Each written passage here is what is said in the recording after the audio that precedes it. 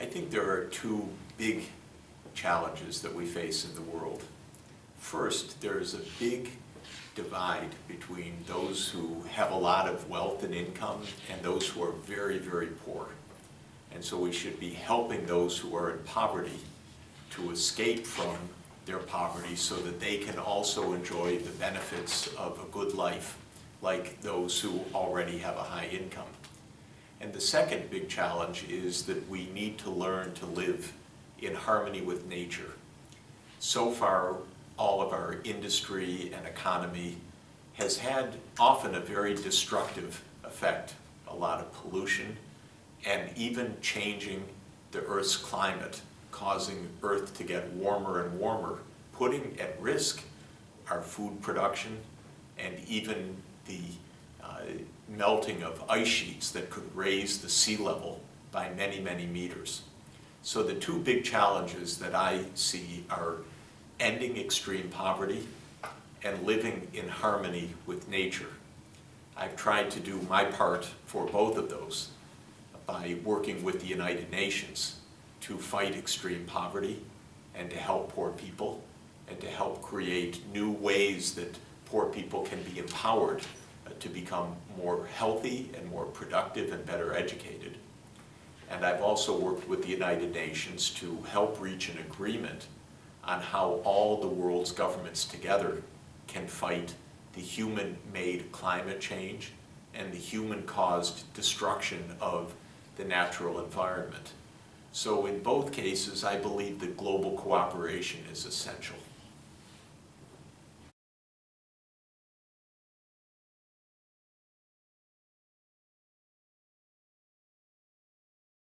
I believe that we need to understand, all of us, that we are in a new period of world history and world cooperation. I call it the age of sustainable development. Sustainable development is an idea that all 193 countries of the United Nations have now adopted. When they agreed in this September 25th, 2015, to new sustainable development goals, they agreed to the idea that every country in the world, every society, should address three purposes. One is economic prosperity, because we all want people to live not suffering from poverty. Second is fairness of our societies, so that they're not divided between the very rich and the very poor. And third, environmental sustainability, meaning that we manage our economic life, our energy systems, our industrial production, our cities, so that nature is protected and other species are also protected. So sustainable development means three goals all together: economic, social, and environmental objectives. I believe that all of us should now know these sustainable development goals. There are 17 of them. You can look them up online, you can memorize them, and you can ask, how should these goals be met in Japan or in the United States or in Ethiopia or other countries of the world? And that will be a big contribution that we each can make, because these are globally agreed goals. Every country has said, yes, we need this new direction, and we need to take that new path together with all the other countries of the world. When you study, when you learn science in biology, or when you learn about the Earth's physical climate, for example, or when you study the economy and how different parts of the world have achieved economic wealth or are still trapped in poverty, you will learn about sustainable development. So almost any area that you study, whether it's economics or whether it's biology or whether it's engineering or whether it's business or whether it's political science and government, you can make a big contribution yourself to sustainable development by becoming knowledgeable about all of those different ways that we can help to make our world more prosperous, more fair, and more sustainable.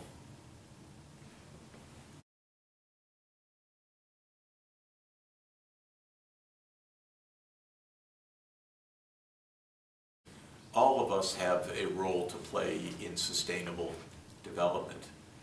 We have to think about how we live ourselves, because if we are very, very wasteful, or if we think that getting rich is the only thing that counts and we're not very nice to people who need help, or if we say we don't really care about pollution, then we're not helping.